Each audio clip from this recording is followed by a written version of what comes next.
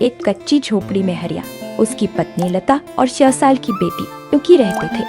हरिया ने चिंतित होकर कहा, अरे लता, देख तो सही, फिर से छत टपने लगी है और खाट भीग गई तो कहाँ सोएंगे हम। लता ने पिंकी को गोद में उठाते हुए जवाब दिया, पिंकी की तबीयत भी ठीक नहीं लग रही, बार बार खांस रही है, कुछ कीजिए जी, अब और सहन नहीं होता। हरिया ने ठान लिया, सुबह होते ही मैं ठाकुर साहब के पास मदद मांगने जाऊंगा। ठाकुर बरामदे में बैठा चाय पी रहा था और नौकर को डांट रहा था।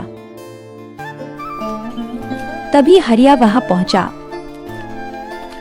और बोला, राम राम ठाकुर साहब, एक अर्ज है। अब क्या चाहिए हरिया?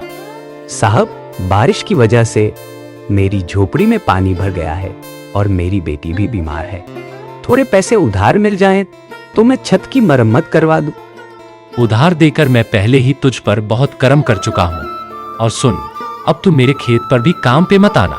तुम जैसे लोग गांव की गंदगी है, जितने दूर रहो उतनी अच्छी है। हरिया की आंखों में आंसू आ गए और ठाकुर क्रोध होकर वहां से चले गए। पूरे दिन हरिया इधर उधर भटकता रहा, लेकिन कहीं पर भी उसे काम नहीं मिला। शाम को जब हरिया घर लौटा तो वह देखा कि झोपड़ी में घुटनों तक पानी भर चुका था और पिंकी तेज बुखार से कांप रही थी। तभी हरिया बोला, लता, मेरी बहन राधा शहर में रहती है, मैं उससे कुछ मदद मांगता हूँ, शायद वही कुछ कर सके। बारिश में भीगते हुए हरिया राधा के घर पहुंचा। राधा ने दरवाजा खोला।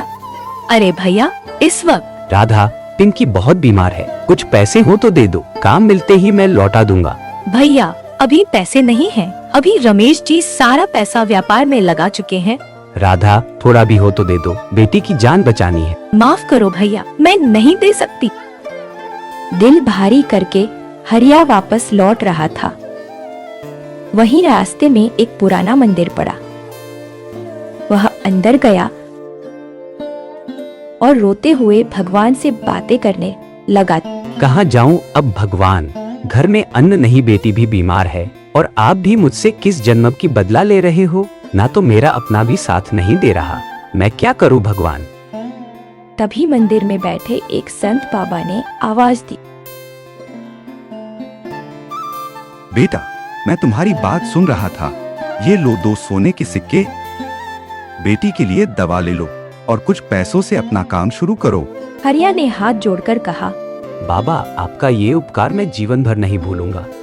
हरिया ने सिक्कों से पहले घर की मरम्मत करवाई, फिर ठेला और आलू खरीदे और आलू बेचने निकला। आलू ले लो भाई, सस्ते आलू, बढ़िया बढ़िया आलू ले लो। लेकिन गांव के लोग खुद खेती करते थे, किसी ने आलू नहीं खरीदे। थका हारा हरिया घर लौटा।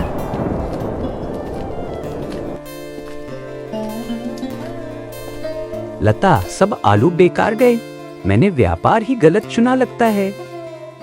लता ने मुस्कुराते हुए कहा, आलू बेकार नहीं जाएंगे, मैं उस आलू की समोसे बना सकती हूँ। गर्मा गर्म समोसे बरसात में सबको पसंद आते हैं।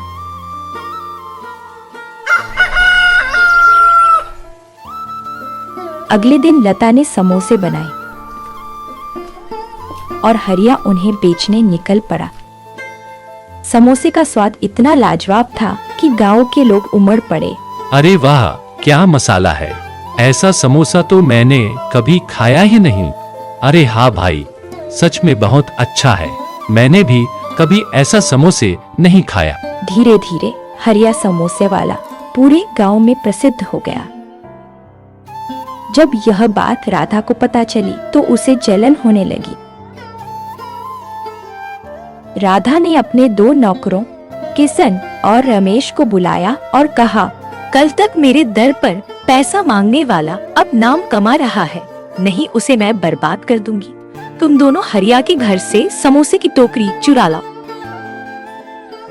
अगली रात समोसे बनकर तैयार थे। हरिया और लता सोए हुए थे। दोनों नौकर चुपके से घर में घुसकर टोकरी उठा लाए। अगली सुबह किशन समोसे बेच रहा था आओ भाई आओ, गर्मा गर्म समोसा ले लो। और इधर लता, पिंकी और हरिया ने समोसे गायब देखे तो बहुत दुखी हुए। लेकिन हरिया ने कहा, अब और नहीं सहूंगा, अब इस बार चोर को पकड़कर ही रहूंगा। लता ने योजना बनाई। सुनो जी, मैं आटे में हल्का लाल रंग मिलाऊंगी और जो भी हमारे समोसे खाएंगे उसके हाथ और होठ लाल रंग में रंग जाएंगे। लता रात में फिर से समोसे बनाई और आटे में लाल रंग मिलाई। सुबह फिर टोकरी गायब। दिन में गांव के बच्चे समोसे खा रहे थे, उनके हाथ में वही लाल रंग थे। लता बोली, हरिया, ये चोर और कोई नहीं, यह किशन है, वही हमारे समोसे चुराता है। वे दोनों गांव के मुखिया हरिशंकर जी के पास पहुंचे क्या हुआ हरिया, क्या बात है?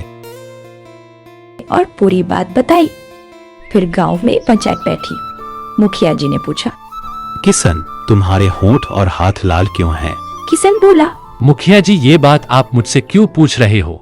वो तो समोसे बनाते टाइम शायद लाल रंग हो गए होंगे। मैंने हरिया और लता की समोसे नहीं चुराए हैं। पर हमने तो पूछा ही नहीं कि ये समोसे चोरी की है, तुमने खुद ही कह दिया। मुखिया जी, और ये समोसे राधा के नौकर के पास क्यों हैं? तभी हरिया दौड़कर समोसे लाता है और समोसे में वही लाल रंग मिलता है। मुखिया ने पूछा, किशन, अब बताओ सच। किशन ने कबूल कर लिया। हाँ, चोरी मैंने ही की है, लेकिन राधा मैडम के कहने पर। राधा की आंखें झुक जाती हैं। हरिया बोला, दीदी, आपने ही मुझे बचपन में पाला था, अब आप ही इतनी नफरत क्यों? राधा रोते हुए बोली, भाई, मैंने लालच में आकर सब कुछ भुला दिया था, मुझे माफ कर दो। मुखिया बोले, राधा को इस गांव छोड़कर जाना होगा। हरिया बोला, नहीं मुखिया जी, राधा मेरी बहन है और वो अपने किए पर बहुत पछता रही है, उसे कृपया माफ कर दीजिए। मुखिया ने सिर हिलाया और बोला, ठीक है, लेकिन अब कोई गलती नहीं। राधा ने सभी के सामने माफी मांगी और वादा किया कि अब गांव की महिलाओं की मदद करेगी। इसके बाद वह खुद हरिया और लता की मदद करने लगी। तीनों मिलकर समोसे का एक छोटा सा दुकान खोलते हैं। दुकान का नाम रखते हैं पिंकी समोसे वाला। सीख, मेहनत की रोटी हमेशा मीठी होती है। मैंने तो ऐसा कभी नहीं सोचा था कि एमआर सर के पास इतने सारे पैसे होंगे। तो पूरा ब्लॉग देखिए, बताता हूँ मेरे साथ क्या हुआ। तो आज मेरा मन कर रहा था नमकीन खाने का, तो मैं नमकीन लेने के लिए दुकान पर जाने लगा। दुकान पर पहुँचकर एक आलू भुजिया ले लेता हूँ। तो आप लोग बताइए कि आप लोगों ने कभी आलू भुजिया खाई है? फिर मैं अपने रूम में आकर बायोलॉजी पढ़ने लगता हूँ, क्योंकि आज मेरा बायोलॉजी का पेपर है। उसके बाद एक शैतानी लड़का आ जाता है, तो फिर इसको थोड़ी खिलाने लगता हूँ। उसके बाद फिर दुकान से मम्मी का कुछ सामान लाना था, तो फिर मैं फिर से दुकान पर चला जाता हूँ। तो भैया सामान निकालने लगते हैं। उसके बाद मैं सामान लेकर घर आ जाता हूँ। घर आता हूँ तो देखता हूँ भैया और दीदी पढ़ाई कर रहे थे, तो मैं भी बैठ जाता हूँ। तो यही था आज का ब्लॉग। मिलते हैं अगले ब्लॉग में, तब तक के लिए लाइक, फॉलो और शेयर ज़रूर कर देना।